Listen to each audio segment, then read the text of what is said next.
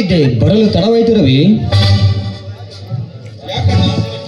ಯಾಕಣ್ಣ, ನಿನ್ನ ಮುಖ ನೋಡಿದರೆ ಅಲ್ಲಿ ಏನೋ ಅನಾಹುತ ನಡೆದಾಗೆ ಕಾಣಿಸುತ್ತಿದೆಯಲ್ಲ, ಏನಣ್ಣ, ಏನಾಯಿತು? ಯಾಕಪ್ಪ, ನೀನು ಅವರ ಮನೆಗೆ ಹೋದೆ, ಹೇಳಿದರೆ ನಾವೇ ಹೋಗಿ ಮಾತನಾಡಿಕೊಂಡು ಬರುತ್ತಿದ್ದೆ. ಅಗ್ನಿದೇವ, ಆ ನರವ್ಯಾಘ್ರ ಏನಾದ್ರೂ ನಿನಗೆ? ಇಲ್ಲ ಅತ್ತಿಗೆ, ಯಾಕೋ ನನ್ನ ಮನಸ್ಸು ಸರಿ ಇಲ್ಲ ಅಷ್ಟೇ. ಇಲ್ಲಣ್ಣ, ಆ ಮಗ ನರವ್ಯಾಘ್ರನ ಮನೆಗೆ ಹೋಗಿ ಬಂದಾಗಿನಿಂದ ಹಾಗೆ ಇದ್ದೀಯ. ಯಾಕಣ್ಣ, ಏನಾದ್ರೂ ಬಾಯಿಗೆ ಬಂದಾಗೆ ಬೊಗಳಿದಾಗೆ ಕಾಣಿಸಿತು, ಏನಣ್ಣ, ಏನಾಯಿತು? ರವಿ, ಹೊರಗಡೆ ಯಾರೋ ನಿನ್ನ ಸ್ನೇಹಿತರು ಕೇಳಿಕೊಂಡು ಬಂದಿದ್ದಾರೆ, ಹೋಗಿ ನೋಡಪ್ಪ. ಹೌದಣ್ಣ, ನಾನೇ ಬರಲು ಹೇಳಿದ್ದೆ, ಹೋಗಿ ನೋಡುತ್ತೇನೆ ತಗೋ. ಅಗ್ನಿದೇವ, ಇಂದೇಕೋ ನಿನ್ನ ಮುಖ ನೋಡಿದಾಕ್ಷಣ ನಮಗೆ ಸಂಕಟವಾಗುತ್ತಿದೆಯಪ್ಪ. ಹೌದು ಮೈದಿನ, ನಿನ್ನ ಮನಸ್ಸಿಗೆ ನೋವಾದರೆ ನಮ್ಮ ಮನಸ್ಸಿಗೂ ನೋವಾಗುತ್ತದೆ ಕಂದ.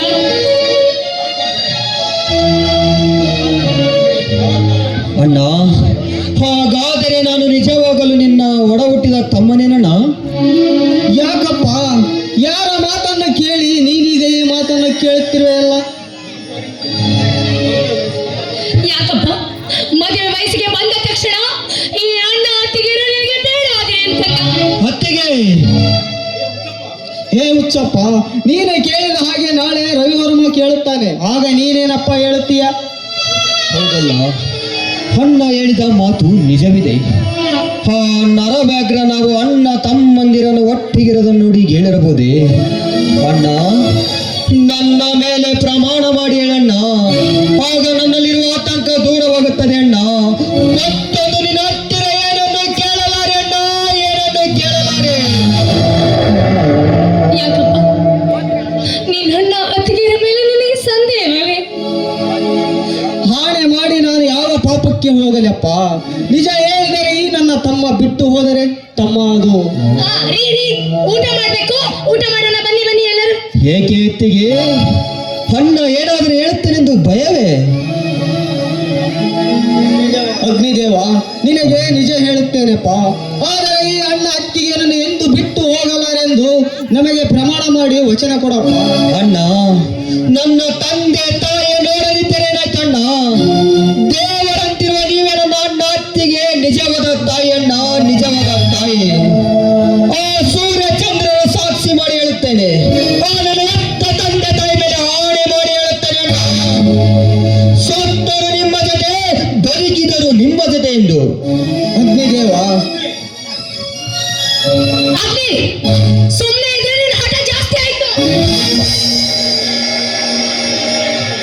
ಅಗ್ನಿದೇವ, ನಾನು ನಿನಗೆ ನಿಜ ಹೇಳುತ್ತೇನೆ.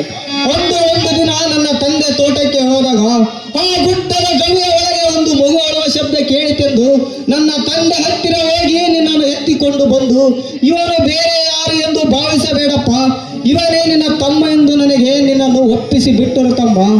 ಇಂಥ ರೈತರ ರಾಜ್ಯದಲ್ಲಿ ಅಂತ ರಾಕ್ಷಸರ ಚೆಲ್ಲಾಟವಾಗಿ ಬಿಟ್ಟಿದೆ ತಮ್ಮ, ಚೆಲ್ಲಾಟವಾಗಿ ಬಿಟ್ಟಿದೆ ಅಣ್ಣ. ಹಾಗಾದರೆ ಆ ನರವ್ಯಾಘ್ರ ಹೇಳಿದ ಮಾತೆ ನಿಜವಾಯ್ತಲ್ಲಣ್ಣ? ಏನು ಆ ನರವ್ಯಾಘ್ರ ಹೇಳಿದನ? ಲೇ ಕ್ರೂರ ಮೃಗವೇ, ನೀನೇ ಅವರ ತಂದೆ ತಾಯಿ ಸಾವಿಗೆ ಕಾರಣ ಎಂದು ಗೊತ್ತಾದರೆ ಹಿಂದೆ ಮುಗಿಯುತ್ತ ಮಾರೆ ನಿನ್ನ ಕತೆ.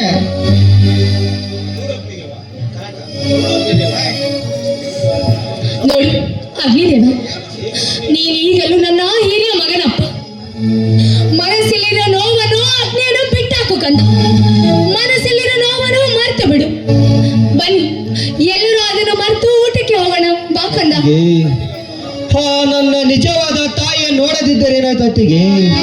ದೇವರಂತಿರುವ ನೀನೇ ನನ್ನ ನಿಜವಾದ ತಾಯಿಯಮ್ಮ, ನೀನೇ ನನ್ನ ನಿಜವಾದ ತಾಯಿ.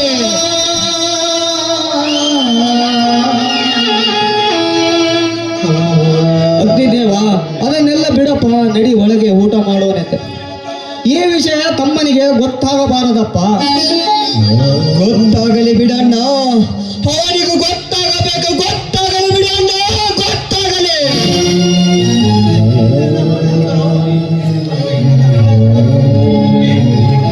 ಅಗ್ನಿ, ಬೇಡಪ್ಪ, ಅವನಿನ್ನೂ ಚಿಕ್ಕವನು, ಅವನಿಗೆ ಇದೆಲ್ಲ ಗೊತ್ತಾಗೋದು ಬೇಡ ಕಂದ. ಅತ್ತಿಗೆ, ಹಿಂದೆ ನರವ್ಯಾಘ್ರ ನನಗೆ ಹೇಳಿದ ಹಾಗೆ ಆ ನನ್ನ ತಮ್ಮನಿಗೂ ಹೇಳಬಹುದು ಅತ್ತಿಗೆ, ಅವನು ನಿಜವಾಗಲೂ ನಿನ್ನ ಒಡ ಹುಟ್ಟಿದ ಅಣ್ಣ ಅಲ್ಲ ಎಂದು. ಅಗ್ನಿದೇವ, ಅದನ್ನು ಆಮೇಲೆ ನೋಡೋಣಂತೆ, ನಡಿಯಪ್ಪ ಒಳಗಡೆ. ಅಣ್ಣ, ಕೊಡ್ಡಲಿ ಇಟ್ಟು ಕೈ ಕಾಲು ತೊಳ್ಕೊಂಡು ಬರುತ್ತೇನೆ, ನೀವು ಹೋಗಿ ಅಣ್ಣ. ಬನ್ನಿ, ಎಲ್ಲರೂ ಕೈಕಾಲು ಮುಖ ತೊಳೆದುಕೊಂಡು ಬನ್ನಿ. ಮೈದುನ, ನಡೆಯಿರಿ ಒಳಗೆ, ಎಲ್ಲರೂ ಸೇರಿ ಊಟ ಮಾಡೋಣ. ನೀವು ಹೋಗಿ ಅತ್ತಿಗೆ, ನಾನು ಬರುತ್ತೇನೆ.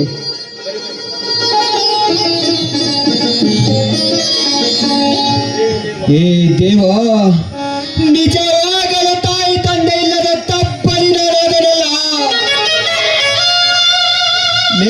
ನರವ್ಯಾಘ್ರ, ನೀನು ಹೇಳಿದ ಮಾತೆ ನಿಜವಾಯ್ತಲ್ಲ.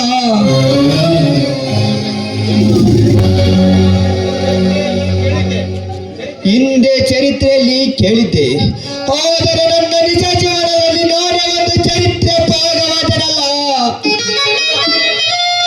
ಇಲ್ಲ ಇಲ್ಲ, ಇದು ತಾಯಿ ಕಂಡರಿರುವ ರಾಜ್ಯ.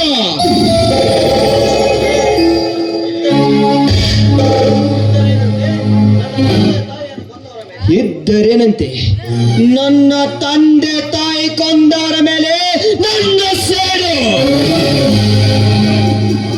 ಆ ಸೇಡಿನ ಕಿಡಿಯಲ್ಲೇ ಅವರ ವಂಶವನ್ನೇ ನಿರ್ವಂಶ ಮಾಡಿ ನನ್ನ ತಂದೆ ತಾಯಿ ಕೊಂದ ದೊಡ್ಡ ಸೋಳೆ ಮಗ ಅವನ ತಾಯಿ ಗರ್ಭದೊಳಗಿರಲಿ, ಅವನ ತಾಯಿ ಗರ್ಭವನ್ನು ಸೆಳೆ ಅವನನ್ನು ದರನೆ ಹೊರಗೆಳೆದು ತಂದು ಆ ನನ್ನ ತಾಯಿಗೆ ಚಾಮುಂಡಿ ದೇವಿಗೆ ಅರ್ಪಿಸಿದಾಗಲೇ ನನ್ನ ಮನಸ್ಸಿಗೆ ಶಾಂತಿ.